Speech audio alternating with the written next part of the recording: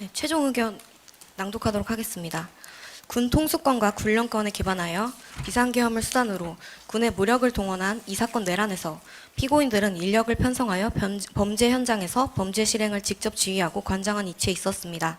이들이 실행을 지휘한 범죄의 대상은 자유민주주의 전당인 국회, 그리고 이를 구성하는 국민의 대표를 선출하는 선거 사무를 담당하는 선거관리위원회였습니다. 결국 이들의 범죄는 자유민주주의를 파괴하여 그 생명을 끊는 것이라 할 것입니다. 대통령과 국방부 장관, 그리고 군 사령관 등 상급자의 지시에 의하여 이 사건 범죄에 이른 피고인들의 행태는 폭력 조직 두목의 지시에 따라 행동대원을 이끌고 폭력을 행사한 행동대장의 경우와 비교될 수 있습니다. 두목은 그의 지시를 충실히 따르는 행동대장 없이는 그 존재 가치가 없습니다. 그런 측면에서 그간 두목의 지시로 행동대원을 시켜 범죄를 실행한 행동대장의 양형이 어떻게 이루어졌는가는 이 사건 범죄를 모의 준비한 군 사령관들의 명령에 따라 행동대장 역할을 충실히 수행한 피고인들의 양형과 견주어 볼 수 있을 것입니다. 형법 51조 양형의 조건은 형을 정함에 있어 범인의 연령, 성행, 지능과 환경, 피해자에 대한 관계, 범행의 동기, 수단과 결과, 범행 후의 정황 등을 종합적으로 참작하여야 한다고 규정하고 있습니다. 이에 따라 먼저 피고인들에 대한 이 사건 내란 범행의 객관적 중대성 및 공통 양형 사유에 대해서 말씀드린 후 각 피고인에게 개별적으로 적용되는 양형 조건들을 설명해 드리겠습니다. 내란자는 폭동을 수단으로 국가 조직의 기본 제도를 해체함으로써 헌법이 설계한 자유민주적 기본 질서와 국가의 존립 자체를 위태롭게 하는 최고 수위의 국가적 범죄로서 그 성격과 죄질의 무거움은 공동체 내 그 어떤 일반 범죄와도 비교할 수 없습니다.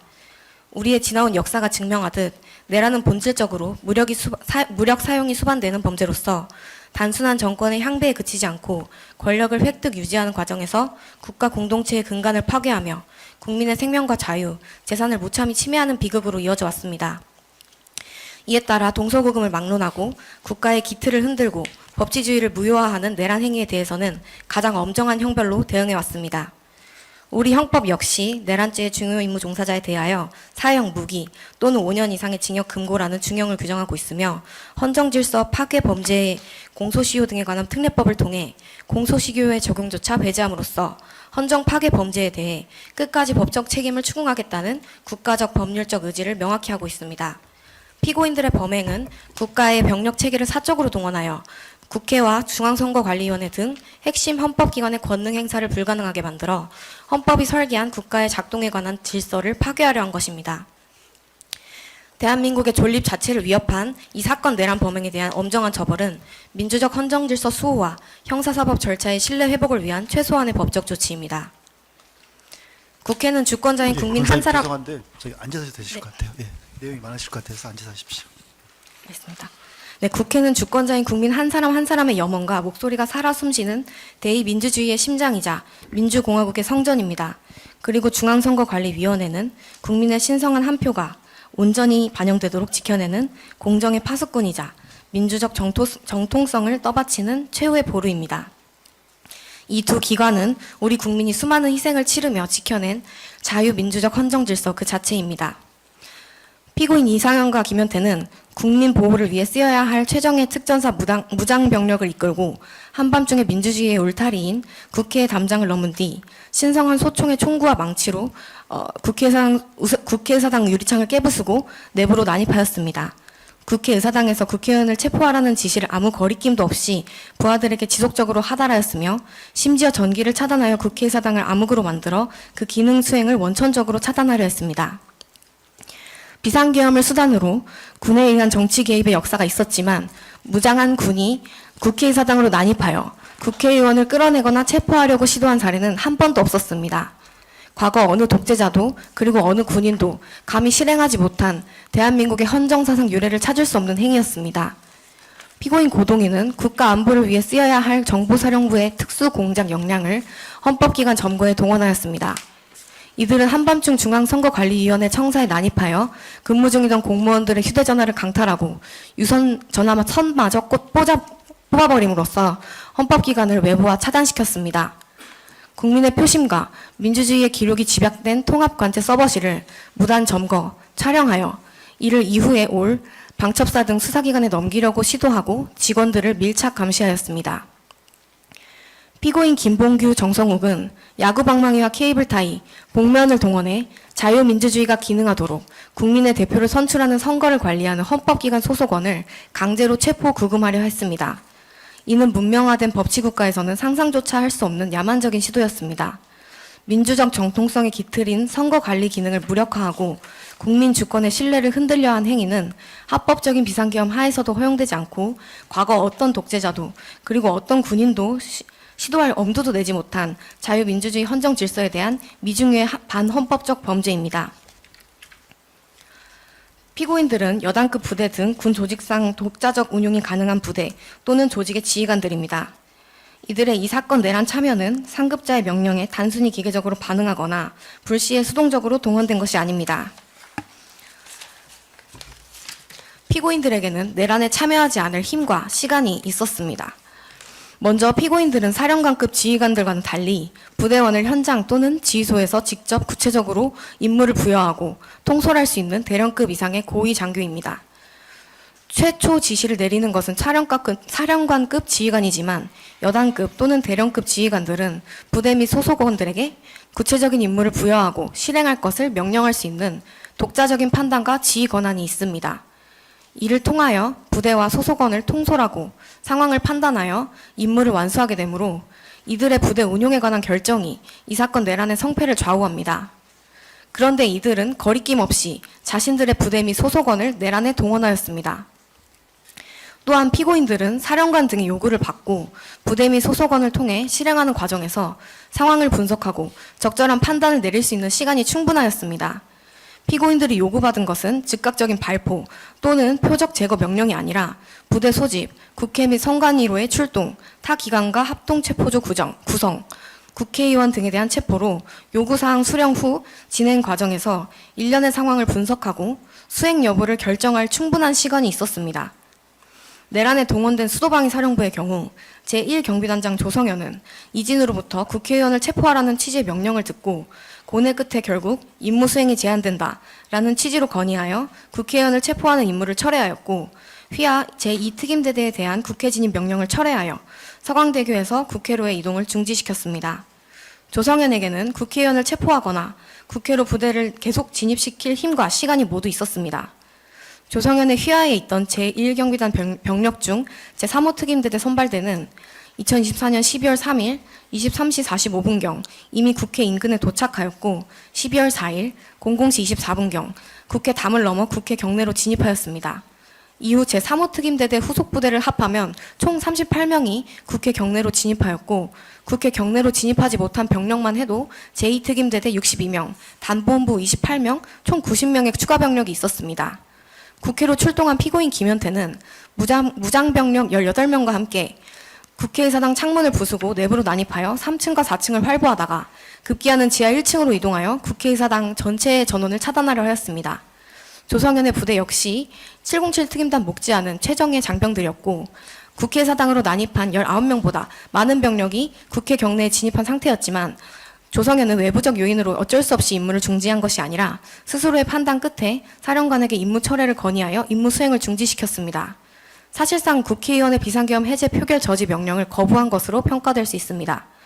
아울러 국회 계엄 해제 의결 후 특전사 병력이 국회 경내에 집결하여 재정비하며 다음 명령을 기다리고 선관위를 향한 병력은 중지 없이 출동을 계속하며 윤석열과 김용현은 국회 해제 의결에도 불구하고 국회 및 선관위 장악 작전을 지속하려는 의지와 그 실행 방안을 강구하고 있고 수방사 군사경찰단은 국회 진입 작전을 계속하고 있던 바로 그 시기에 조성현은 서강대교를 넘어 국회로 진입하려던 제2특임대의 국회로의 이동을 중지시켰습니다.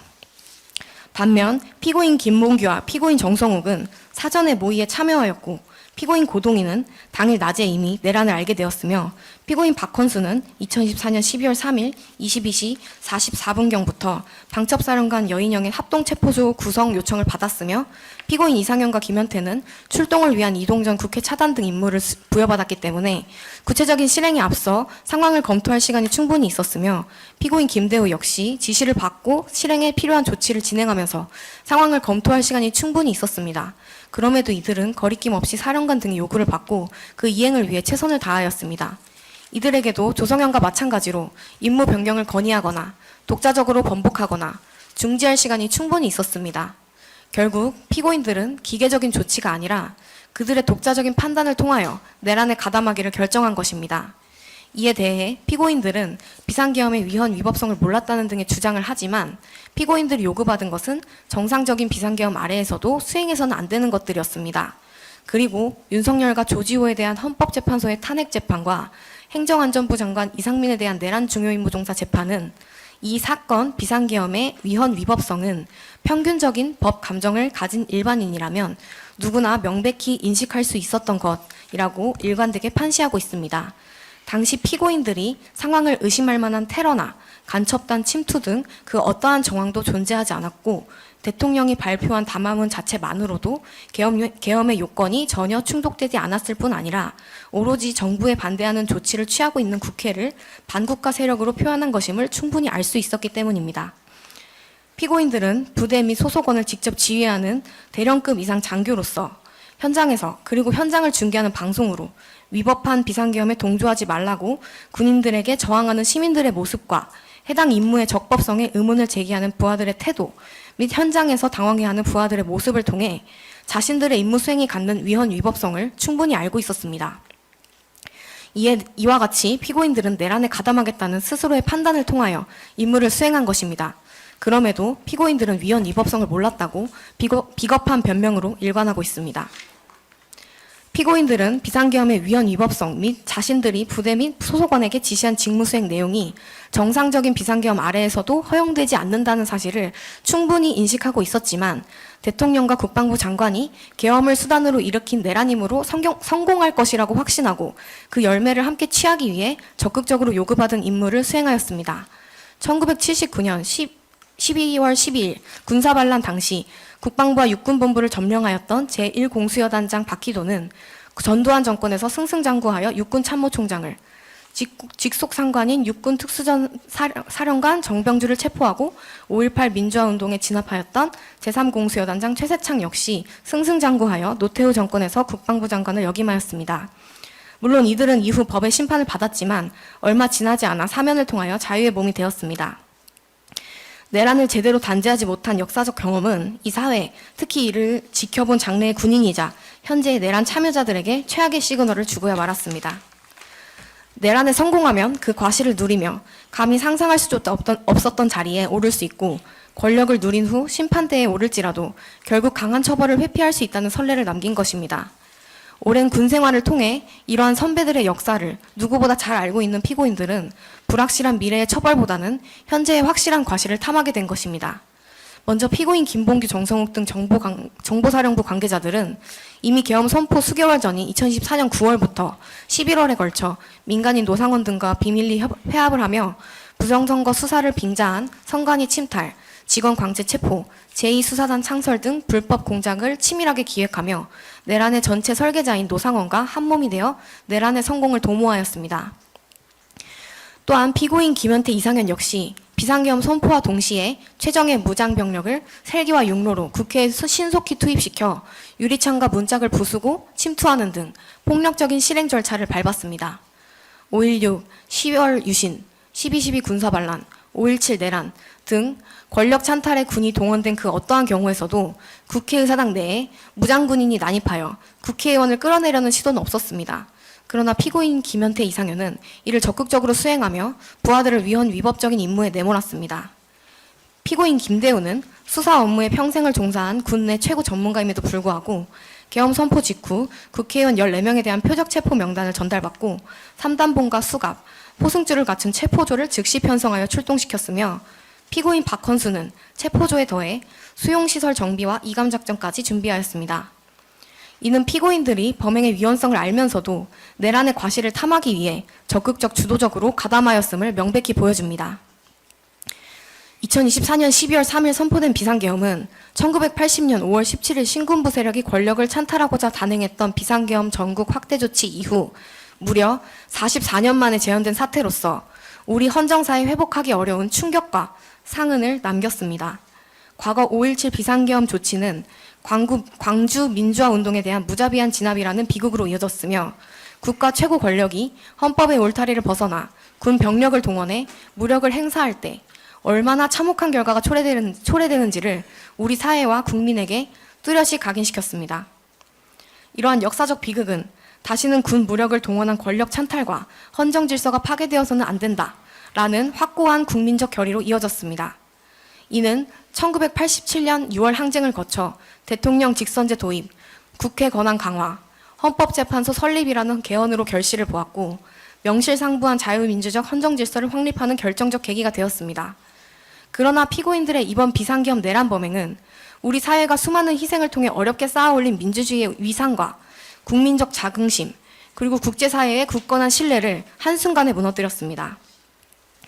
대한민국 헌법 제5조 2항은 국군은 국가의 안전보장과 국토방위에 신성한 의무를 수행함을 사명으로 하며 그 정치적 중립성은 준수된다라고 규정하고 있습니다. 이는 군이 어떠한 경우에도 국내 정치 갈등이나 특정 세력의 권력 독점, 유지를 위한 수단으로 동원되어서는 안 된다는 역사적 결단이자 국민적 합의입니다. 그리고 이러한 헌법적 가치는 군인의 지휘 및 복무에 관한 기본법 제20조를 통해 구체화되었습니다. 피고인들은 대한민국 국군의 최정예 특수전 부대, 핵심 수사기관, 그리고 최고의 보안 정보부대의 현장 핵심 지휘관 및 부서장들이었습니다. 그러나 피고인들은 국가와 국민을 위해 쓰여야 할 신성한 병력과 수사 권한을 위헌 위법한 비상계엄을 완수하기 위한 개인 및 특정 세력의 사적 무력으로 전용하였습니다.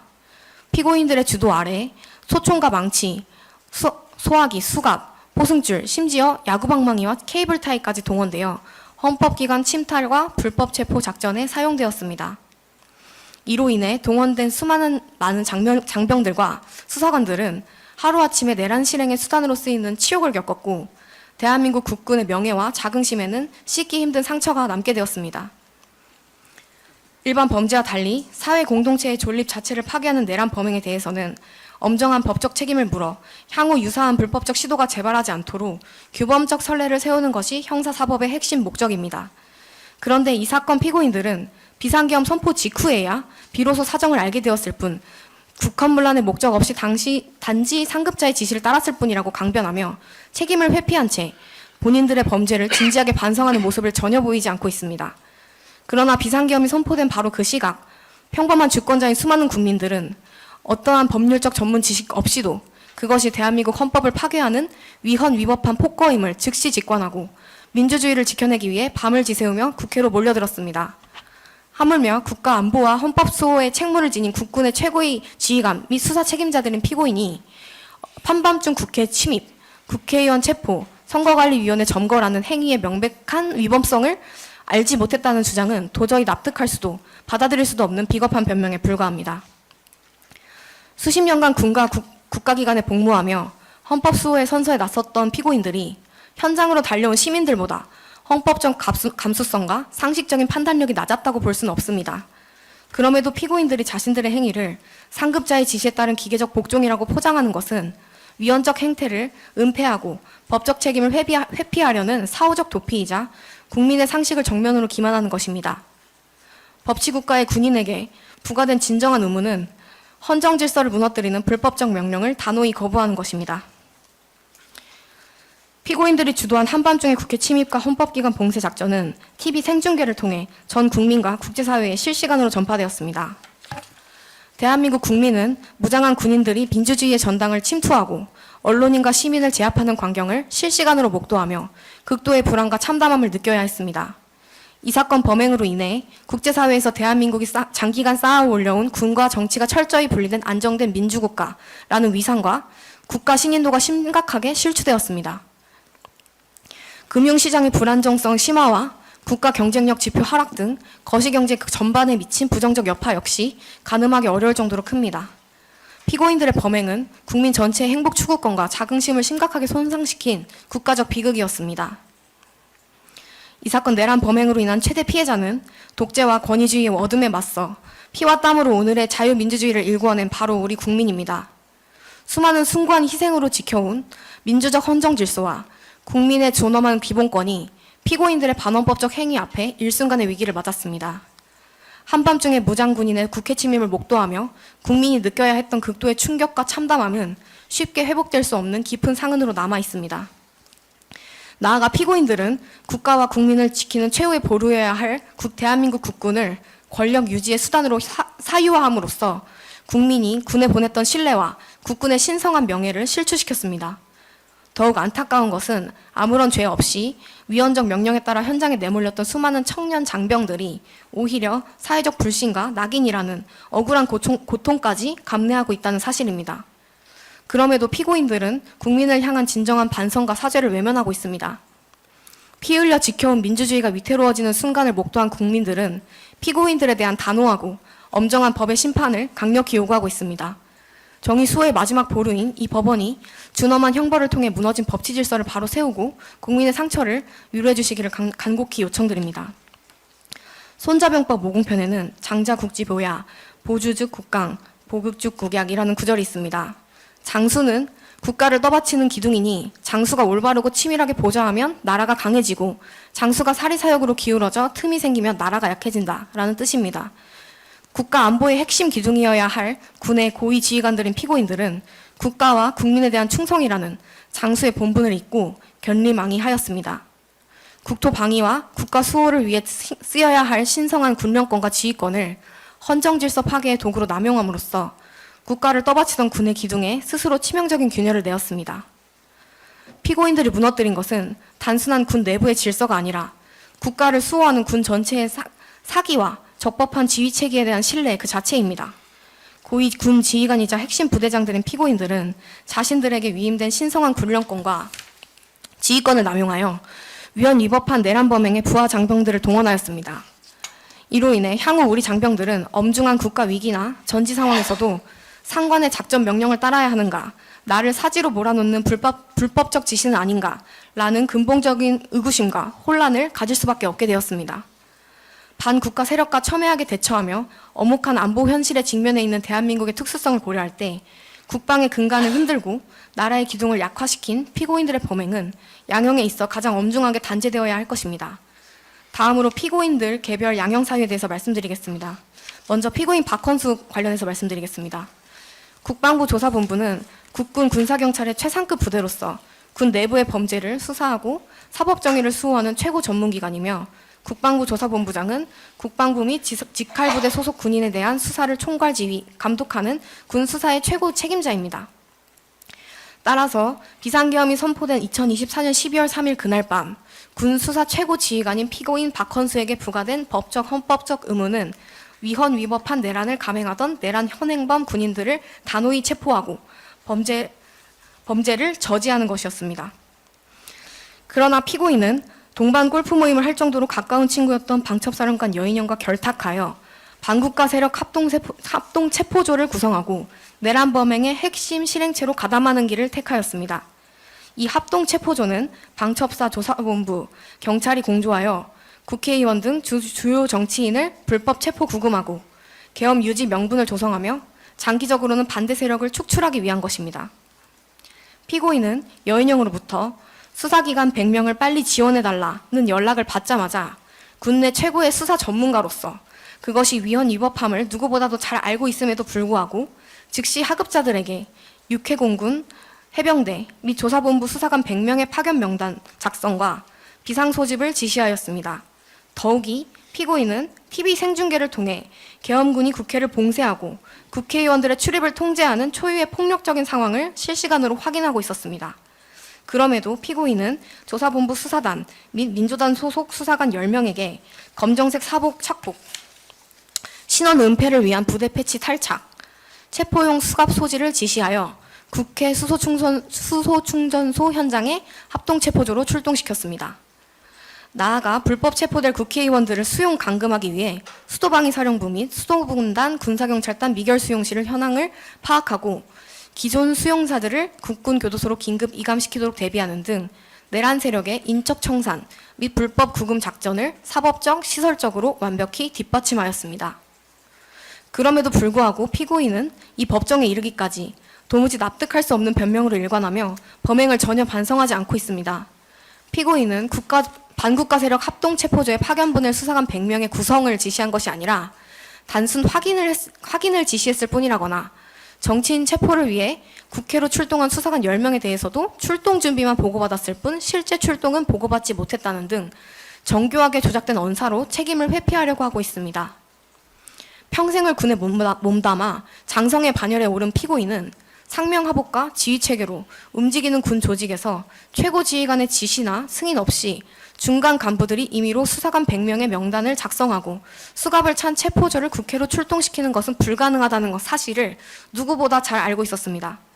그럼에도 자신은 전혀 모르는 일이었고 부하들이 자발적으로 행한 일이라며 모든 책임을 까마득한 부하들에게 전가하는 후안무치한 태도를 보이고 있습니다. 이러한 피고인 박헌수는 군인에 대해서만 한정적으로 행사되어야 할 군 수사 권한을 남용하여 민간인인 국민의 대표를 불법 체포, 구금하려 하였고 국회의원들의 계엄 해제 의결권 행사에 중대한 위험을 초래하여 민주주의와 법치주의 그리고 군의 정치적 중립성에 대한 국민의 신뢰를 실추시켰습니다. 최고 수사 지휘관으로서의 사명을 저버리고 부하들에게 책임을 뒤집어 씌우기에 급급한 피고인 박헌수에게는 그 죄책에 상응하는 엄중한 법의 심판이 내려져야 마땅합니다. 다음으로 피고인 김대우에 대해서 말씀드리겠습니다. 국군 방첩사령부 방첩수사단은 군사기밀보호법, 군형법, 국가보안법 위반 등 국가안보에 직결된 특수범죄의 수사 및 방첩을 전담하는 대한민국 국군의 핵심 전문 수사조직입니다. 원칙적으로 군인에 대한 일반 범죄 수사는 국방부 조사본부 및 각군 군사경찰에 부여되어 있으나 방첩수사단은 그 특수성을 인정받아 한정된 법적 테두리 내에서만 예외적으로 수사 권한을 행사할 수 있습니다. 따라서 방첩수사단장인 피고인 김대우는 법률이 정한 명백한 범죄 혐의가 확인되기 전까지는 그 누구도 함부로 체포하거나 구금할 수 없으며 수사 권한의 남용을 엄격히 통제하고 소속 수사관들이 법치주의와 적법 절차를 엄수하도록 지휘해야 할 막중한 직무상 법적 책임을 지고 있었습니다.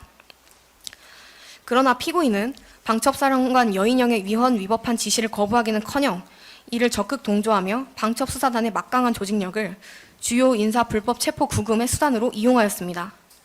이는 12.12 군사 반란과 5.17 내란 과정에서 보안사령관 전두환의 최측근으로 정치인 등 반대 세력을 불법으로 체포 구금하여 제거하였던 보안사령부 내공처장 이학봉을 연상케 합니다.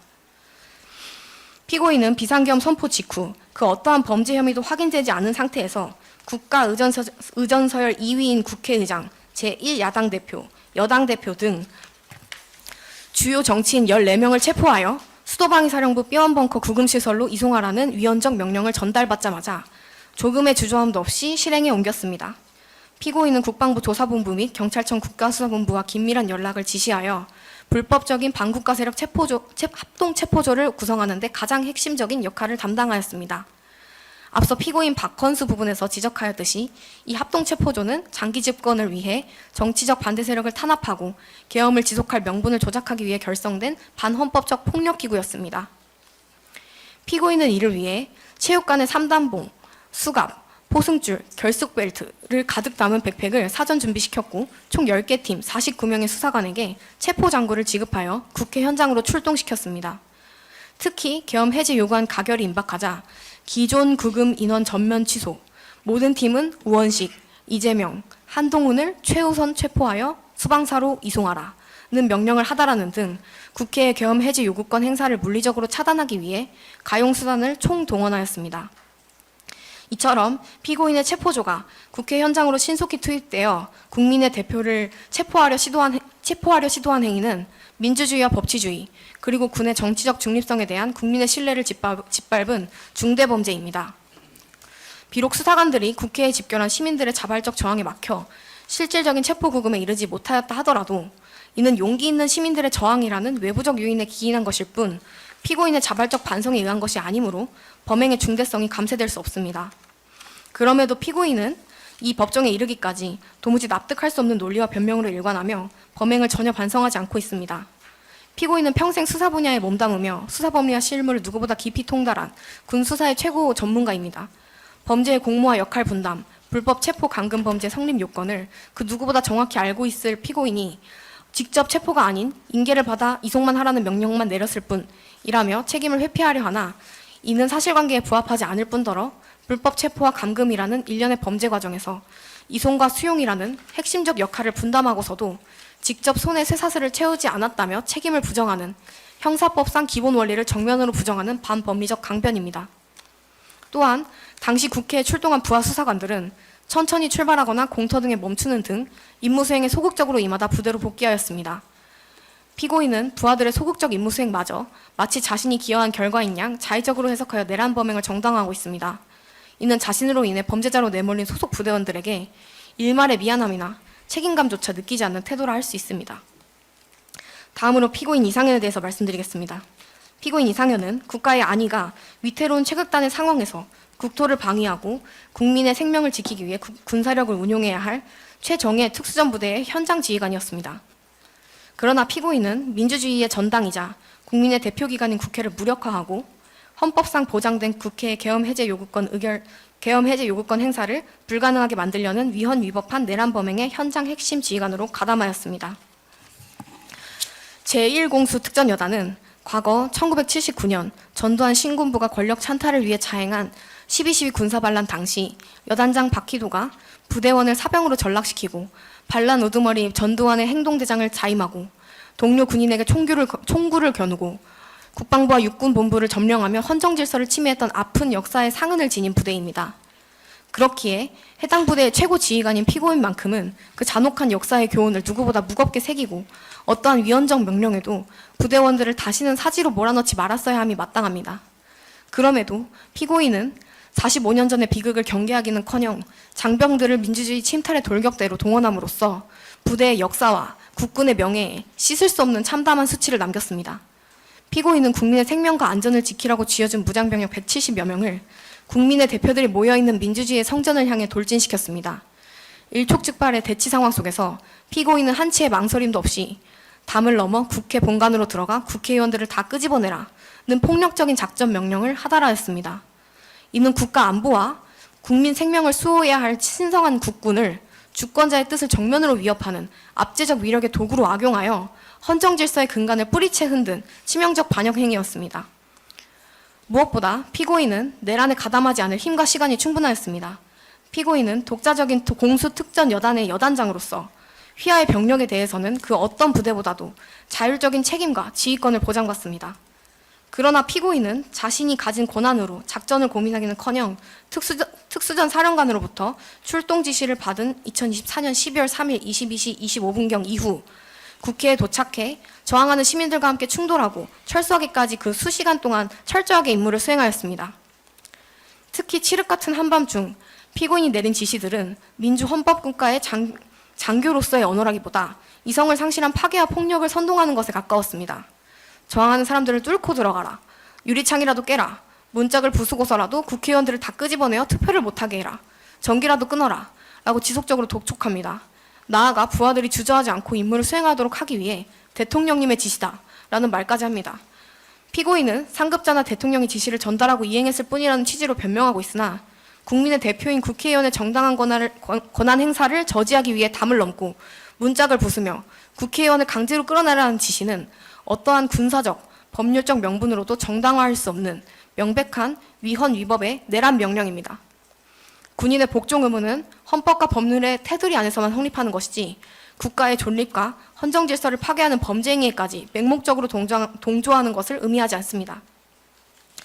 민주주의의 상징인 국회의사당을 폭력적으로 침탈하고 하급자들에게 파괴적인 내란 실행을 적극적으로 명령하여 대한민국 국군의 명예를 치명적으로 실추시킨 피고인 이상현에게는 그 죄책에 상응하는 엄정한 처벌이 불가피합니다. 다음으로 피고인 김현태에 대해서 말씀드리겠습니다. 제707 특수임무단은 대테러 작전 및 국가적 최상위 위기 상황에서 국민의 생명과 안전을 수호하기 위해 존재해온 대한민국 육군 특수전사령부의 최정예 엘리트 부대입니다. 국가와 국민을 위협하는 테러범을 제압하기 위해 연마한 피고인의 특수전 능력과 지휘권은 오직 대간첩, 대테러 임무에 쓰여야 할 대민 신뢰와 명예의 상징이었습니다. 그렇기에 부대의 최고 지휘관인 피고인만큼은 그 신성한 무력이 어떠한 이유로도 민주주의와 국민을 향해 악용되지 않도록 중심을 잡았어야 함이 마땅합니다. 그럼에도 피고인은 최정예 부대원들을 민주주의 참탈의 돌격대로 동원함으로써 부대의 명예와 국군의 신뢰에 씻을 수 없는 참담한 수치를 남겼습니다. 제707 특수임무단은 12.12 군사반란에 동참하여 동료 군 장병을 향해 총구를 겨눈 공으로 특전사령관 자리를 꿰찬 박희도가 자신도 전 특전사령관 정병주처럼 휘하 여단의 총구에 당할지도 모른다는 불안감을 가지고 경호치의대 성격을 가진 직할부대로 창설한 것으로 알려져 있습니다. 그러나 이러한 창설 배경에도 불구하고 제707 특수임무단은 대테러, 탈영병 제압, 인질 구출 작전에서 다른 부대가 따라올 수 없는 괄목할 만한 성과를 낳으며 우리 군의 자랑으로 자리하였습니다. 그러나 피고인은 대테러 부대인 707 특수임무단을 오히려 자신이 복무하는 군의 주인인 국민을 대표하는 국회의원과 민주주의를 테러하는 수단으로 삼았습니다. 그는 무장한 소속 부대원 18명을 데리고 국회의원을 체포하고 국회 기능을 마비시키기 위해 국회의사당 건물 내로 침투하였습니다. 이는 12.12 군사반란 당시 국민이 쥐어준 총구를 반대로 겨누고 특전사령부의 지휘 기능을 마비시키기 위해 정병주 사령관의 체포에 나선 제3공수여단의 박종규 대령이 특전사령관 비서실장 김오랑 소령을 살해하고 특전사령관 정병수를 총으로 쏴 체포한 것을 연상케 합니다. 피고인은 독립적인 제707 특임단장 단장으로서 휘하의 병력에 대해서는 그 어떤 부대보다도 자율적인 책임과 지휘권을 보장받습니다. 그러나 피고인은 이천에 소재한 부대에서 출동하며 위헌 위법한 명령을 거부할 기회가 있었음에도 이를 철저하게 이행하였습니다. 제2의 박희도, 박종규를 멸망한 것으로 평가될 만합니다. 피고인은 국민의 생명과 안전을 지키라고 쥐어준 최정예 707 특임단 병력 95명을 헬기 12대에 탑승시켜 한밤중에 민주주의의 성전인 국회의사당 경내로 강제 진입시켰습니다. 피고인은 현장 지휘관으로서 국회 봉쇄 및 침투 작전을 진두지휘하며 시설물 파괴와 강제 난입을 서슴지 않았습니다. 특히 피고인은 임무를 적극적으로 수행하기 위하여 국회의사당 안으로 난입 후 저항에 막혀 본회의장 진입이 어려워지자 계엄 해제 결의안 의결을 막기 위해 국회의사당 전체의 전원을 꺼 표결 시스템을 원천적으로 차단하기 위해 지하로 이동하여 전원을 차단하기도 했으나 건물 전체 전원 차단에는 실패하였습니다. 피고인은 총기와 망치 등 부대 장비를 동원해 국회의사당 유리창을 깨부수고 건물 2층으로 강제 침투하였으며 막힐 때마다 3층과 4층, 지하 1층까지 진입하였습니다. 이 과정에서 본회의장 방향 진입을 시도함은 물론 지하 1층 분전함의 전원 스위치를 내려 건물 전체를 소등하고 의원들의 표결 참석 이동로인 의원회관 연결 통로문과 후문까지 봉쇄하는 등 국회의 계엄 해제 의결권을 무력화하기 위해 가용한 모든 물리적 파괴적 수단을 동원하였습니다. 또한 피고인이 주도한 위헌적 봉쇄 작전의 수행 과정에서 현장 취재기자의 휴대전화기를 강제로 빼앗아 사진을 삭제하고 케이블 타이로 포박을 시도하는 등 민간인과 언론의 자유를 유린하는 위헌 위법한 폭력행위까지 자행되었습니다. 최정예 부대원들과 함께 민주주의의 심장을 직접 파괴하는 통제불능의 상황을 조성한 현장 지휘관으로서 이에 대한 엄중한 책임을 면할 수 없습니다. 피고인은 내란이 실패한 후 기자회견을 통해 잘못을 인정하고 반성하는 취지로 발언한 사실이 있습니다. 그런데 당시의 발언과 달리 이제 와서 단지 정문만 봉쇄하려 했을 뿐이라며 책임을 축소하려 합니다. 그러나 피고인의 실제 동선 등 행태와 배치되는 변명에 불과합니다. 국회 후문을 봉쇄하고 본관 창문을 깨부수고 2층으로 난입하여 3층, 4층을 거쳐 지하 1층까지 진입한 뒤 의원들의 표결 참석 이동로를 차단하고 건물 차단을 한 피고인의 객관적 행동이 이미 내란의 핵심 실행이었음을 명백히 보여줍니다. 그럼에도 단지 정문으로 가려 했을 뿐이라는 주장은 자신의 실제 행위와 양립할 수 없는 책임 회피성 주장에 불과합니다. 육사 출신의 최정예 부대 현장 지휘관인 피고인이 무장병력을 이끌고 국회에 진입하여 창문을 파괴하고 난입한 행위를 적법한 명령 수행으로 믿었다는 주장은 상식에 반하는 책임 회피성 변명에 불과합니다. 군인의 복종 의무는 적법한 명령에 한하는 것이지 헌법을 파괴하는 위헌 위법한 명령에 따르라는 것이 아닙니다. 피고인은 법정에서 비상계엄이 정당하였다는 취지로 진술하며 자신의 행위를 정당화하고 있습니다. 이처럼 반성하지 않는 태도와 더불어 피고인은 수사와 재판 과정 전반에서 방어권을 악용하여 사법 시스템 전체를 조롱하는 행태까지 일삼았습니다. 유튜브 채널에 반복하여 출연해 사실관계를 자의적으로 왜곡하며 여론전을 펼치고 수사 공판 검사에 실명을 거론하며 비난하였으며 진실을 인정하고 반성하는 상급자마저 거짓으로 매도하며 사건을 정치적 이슈로 선동하였습니다. 급기야 자신이 파괴하려 했던 국회의 의원이 되겠다고 보궐선거에 출마하고 국회를 다시 찾아가 그날 너무 추웠다 따뜻하게 입고 오겠다 라며 헌법기관과 사법절차를 비웃는 조롱조의 언사까지 서슴지 않았습니다. 현장에서 직접 무력 폭동을 주도하고서도 일말의 자성도 없이 사법기관과 동료를 비난하며 민주주의를 조롱하는 피고인에게 온정주의적 선처가 내려진다면 이는 장차 군이 어떠한 위헌적 명령에도 무비판적으로 동원되어 국민과 헌법기관의 총구를 겨눌 수 있다는 최악의 명분을 제공할 것이며 자유민주주의와 법치주의의 기틀을 송두리째 무너뜨리는 끔찍한 선례가 될 것입니다. 헌법을 수호해야 할 군이 오히려 헌법을 침해하는 수단으로 동원되는 비극이 대한민국 역사에서 다시는 반복되지 않도록 하기 위해서라도, 그리고 어떠한 무력도 헌법 위에 설 수 없다는 법치주의의 확고한 원칙을 선언하기 위해서라도 국회 사당 내로 무장군인을 데리고 난입한 헌정사상 유례가 없는 행위를 자행한 후 반성은커녕 헌법기관과 사법절차를 비웃는 피고인 김현태에게 그 지위와 죄책에 상응하는 가장 엄중한 형을 선고하여 주시길 바랍니다. 다음으로 피고인 고동희에 대해서 말씀드리겠습니다. 국군정보사령부는 음지에서 국가안보를 위한 특수정보 수집과 대북 공작 임무를 수행하는 대한민국 국군의 최정예 정보기관입니다. 피고인 고동희는 정보사령부의 핵심 보직인 계획처장으로서 부대의 공작 및 작전계획을 헌법과 법률의 테두리 안에서 엄격하게 수립 집행하고 지휘관을 보좌해야 할 막중한 직무상 책임이 있었습니다.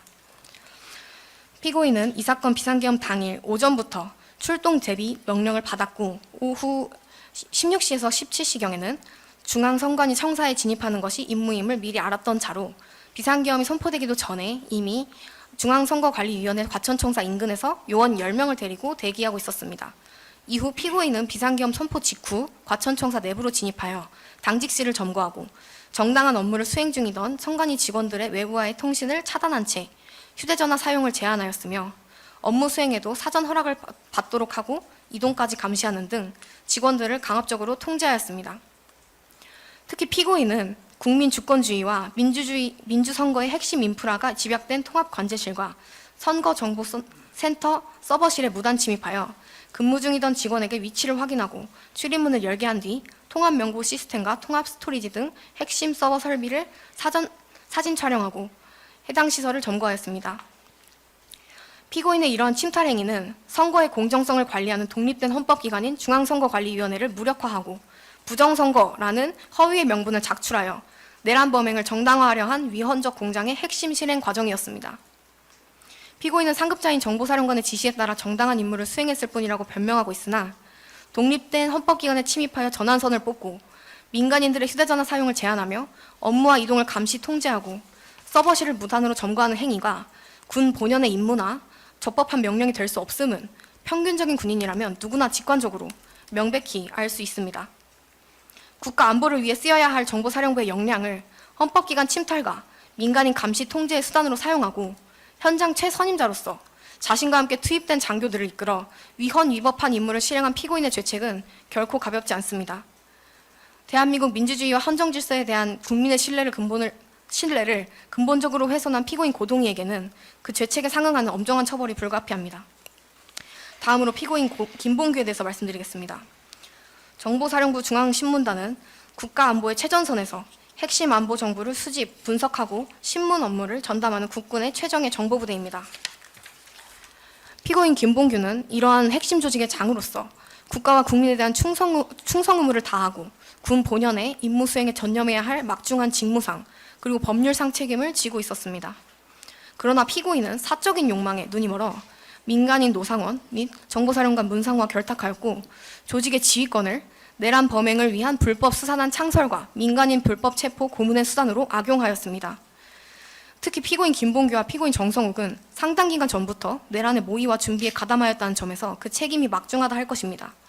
이들은 정당한 지휘권을 가지지 않는 노상원으로부터 부정선거 수사를 위하여 정보사 병력이 동원될 것이라는 점을 명확히 인지하고 이를 같이 계획하였습니다. 노상원과 문상으로부터 지시받은 사항이 정보사의 직무 및 정보사 요원들이 평소 수행하는 임무와는 아무런 관련성도 없는 대한민국 국민인 민간인을 상대로 부정선거를 조사하는 내용이므로 이를 마땅히 거부하였어야 했고 정보사 소속 장병을 연루시켜서는 아니 됐습니다. 피고인은 상급자의 지시에 단순히 수동적으로 응한 것이 아니라 자신의 사적인 신분 상승과 영달을 위해 자발적, 적극적으로 시작되었다는 점에서 그 죄질이 극도로 불량합니다. 2024년 7월경 노상원으로부터 진급할 수 있도록 도와주겠다는 제안을 받자 금품을 제공하며 노상원과 긴밀한 사적 맹약을 맺은 피고인은 2024년 8월경부터 국가기밀에 해당하는 소속 정보사부 요원들의 인적사항을 민간인 노상원에게 무단 누설하기까지 하였습니다. 피고인은 비상계엄 선포 수개월 전부터 노상원으로부터 사격과 폭발을 잘하는 특수요원을 추천해달라, 전라도 출신은 빼라는 등의 지시를 받고 이를 적극 이행하였습니다. 나아가 노상원 문상우와 비밀리에 회합하며 북한의 오물풍선 도발을 구실로 한 비상계엄 선포 및 중앙선거관리위원회 직원 강제 체포 6위라는 치밀한 내란 시나리오를 공유하였습니다.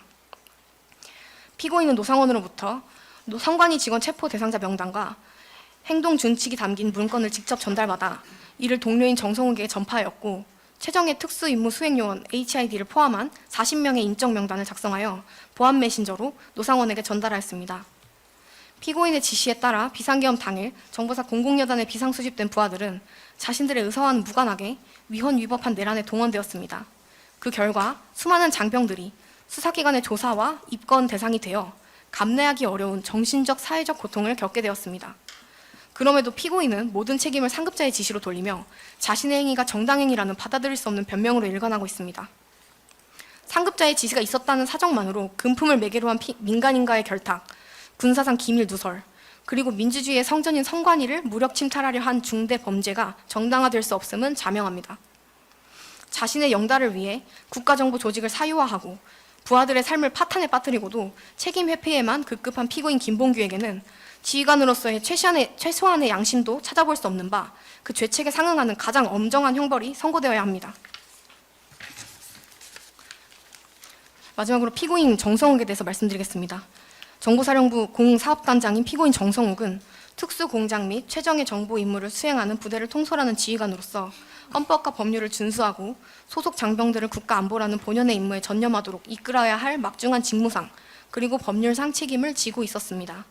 그러나 피고인은 민간인 노상원, 정보사령관 문상우, 피고인 김봉규 등과 결탁하여 국군의 신성한 역량을 헌정질서 파괴와 민간인 불법 체포를 위한 집행수단으로 제공하였습니다.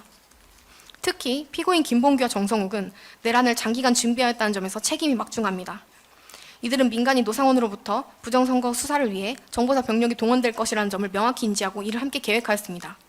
지시받은 사항이 정보사의 직무 및 정보사 요원들이 평소 수행하는 임무와 아무런 관련성도 없는 민간인을 상대로 부정선거를 조사하는 내용이므로 이를 마땅히 거부하여야 했고 소속 장병을 연루시켜서는 아니 되었습니다. 특히 피고인이 범행에 나아간 시점은 군 지휘관으로서의 기본적 복무 윤리와 보안 의식을 완전히 저버렸음을 여실히 보여줍니다.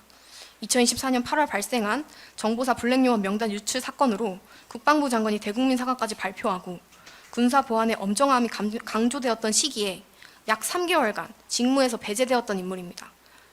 국가 안보가 치명적인 위기에 처해 있던 당시 상황을 누구보다 잘 알고 있었음에도 피고인은 직무에 완전히 복귀하기도 전인 2024년 9월경부터 민간인 노상원과 비밀리에 접촉하며 소속 정보사 요원들의 인적사항과 군사기밀을 무단 누설하였습니다.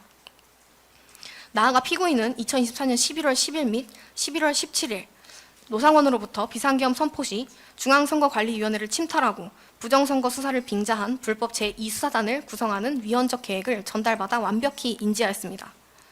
피고인은 노상원으로부터 부정선거 관련자들을 다 잡아 족쳐라, 야구방망이, 케이블 타이, 복면을 준비하라는 극도로 불법적이고 폭력적인 지시를 직접 받았음에도 이를 거부하기는커녕 최정예 특수임무수행요원 HID를 포함한 40명의 명단을 전달하고 체포도구를 구비하는 등 내란 실행 공작에 적극 동조하였습니다. 그럼에도 피고인은 이 법정에 이르기까지 납득할 수 없는 변명으로 일관하며 범행을 전혀 반성하지 않고 있습니다. 피고인은 체포 물품을 소량만 구매했다거나 복면 대신 신발 주머니를 구매했으므로 소극적으로 임무를 수행했을 뿐이라는 주장을 펼치며 책임을 축소하려 하고 있습니다. 그러나 이러한 행태는 소극적 임무 수행이 아니라 불법 체포, 감금 범행을 준비하는 과정에서의 치졸한 변명에 불과합니다. 실제로 민간인 체포 지시의 명백한 위법성에 의문을 제기하고 임무 수행을 소극적인 방향으로 선회하도록 건의하였던 것은 피고인이 아니라 피고인의 불법적 지시에 당황하고 고뇌했던 부하 장병들이었습니다. 피고인의 위헌적 지시에 동원된 일선 요원들은 형사 절차의 대상이 되어 감내하기 어려운 정신적 사회적 고통을 겪고 있습니다. 그럼에도 피고인은 오직 자신의 안위만을 책임을 아니만을 위해 책임을 회피하고 있습니다. 국가 안보의 음지에서 헌신해야 할 최정예 정보사 요원들을 내란 범행의 도구로 이용한 죄책에 상응한 엄정한 법의 심판이 내려져야 마땅합니다.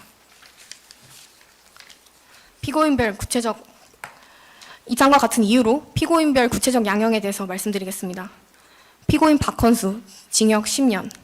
피고인 김대우, 징역 12년. 피고인 이상현, 징역 15년. 피고인 김현태, 징역 18년. 피고인 고동희, 징역 10년. 피고인 김봉규는 군기누설죄로 징역 1년 6월을 선고받은 점을 고려하여 징역 12년. 피고인 정성욱은 군기누설죄로 징역 1년을 선고받은 점을 고려하여 징역 12년을 각 선고해 주시길 바랍니다.